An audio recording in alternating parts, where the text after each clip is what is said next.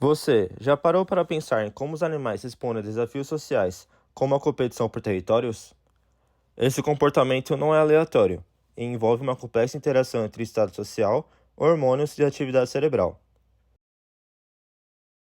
Hoje, vamos explorar como isso pode ser evidenciado em um peixe fascinante, o Ciclídeo Astatalutilapia burtoni. Essa espécie de peixes ciclídeos são conhecidos por viver em comunidades altamente hierárquicas. Nessas comunidades, os machos desempenham dois papéis principais: os dominantes, que controlam territórios e têm acesso preferencial às fêmeas, e os subordinados, que evitam conflitos e aceitam uma posição inferior. Esse sistema social é dinâmico. Um macho subordinado pode se tornar dominante se surgir uma oportunidade. Mas, enquanto subordinado, ele precisa lidar com desafios constantes, como a presença de rivais e intrusos no território. Essas interações sociais são mais do que simples disputas. Elas envolvem respostas comportamentais, hormonais e até mudanças no cérebro.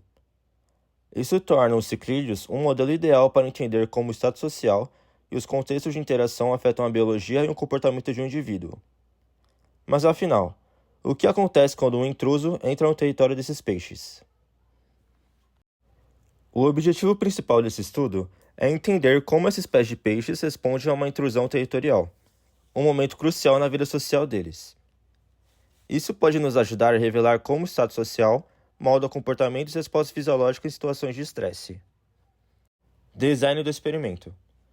Em um ambiente controlado, 8 comunidades de peixes com 8 machos e 8 fêmeas foram criados, identificados por meio de etiquetas coloridas.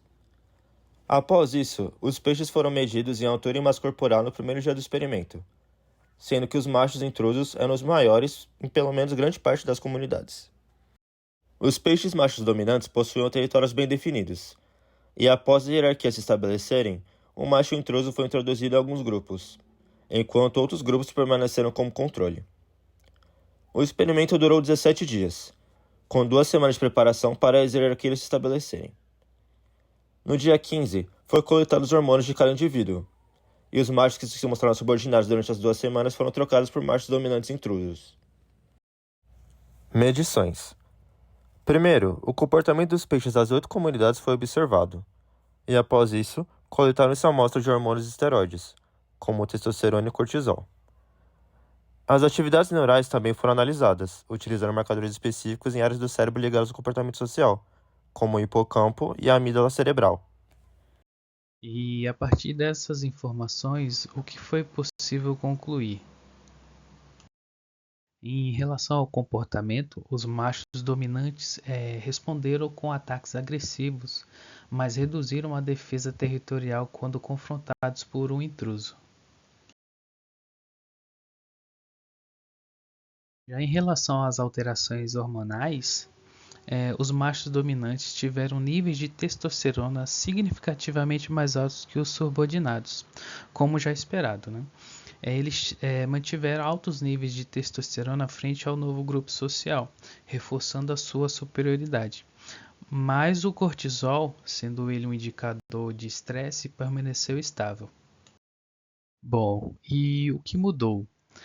Áreas como o hipocampo e a amígdala cerebral dos peixes dominantes mostraram mudanças, adaptando-se às demandas sociais e territoriais, enquanto que as fêmeas e os machos subordinados não tiveram diferenças significativas de atividade neural frente ao intruso no grupo, indicando que eles reagem a perturbações sociais de maneira mais passiva.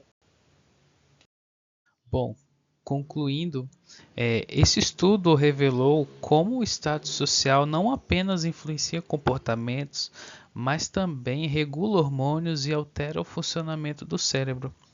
Ele nos mostra como as interações sociais moldam respostas físicas e emocionais em um nível muito mais profundo do que imaginávamos. E isso não só ajuda a entender os ciclídeos, mas também nos dá pistas sobre como hierarquias sociais e situações de estresse podem impactar outros animais, incluindo nós, seres humanos. Estudos como esse são fundamentais para ampliar nosso conhecimento sobre a biologia das interações sociais e sua importância na sobrevivência e na adaptação. Nosso muito obrigado por assistir.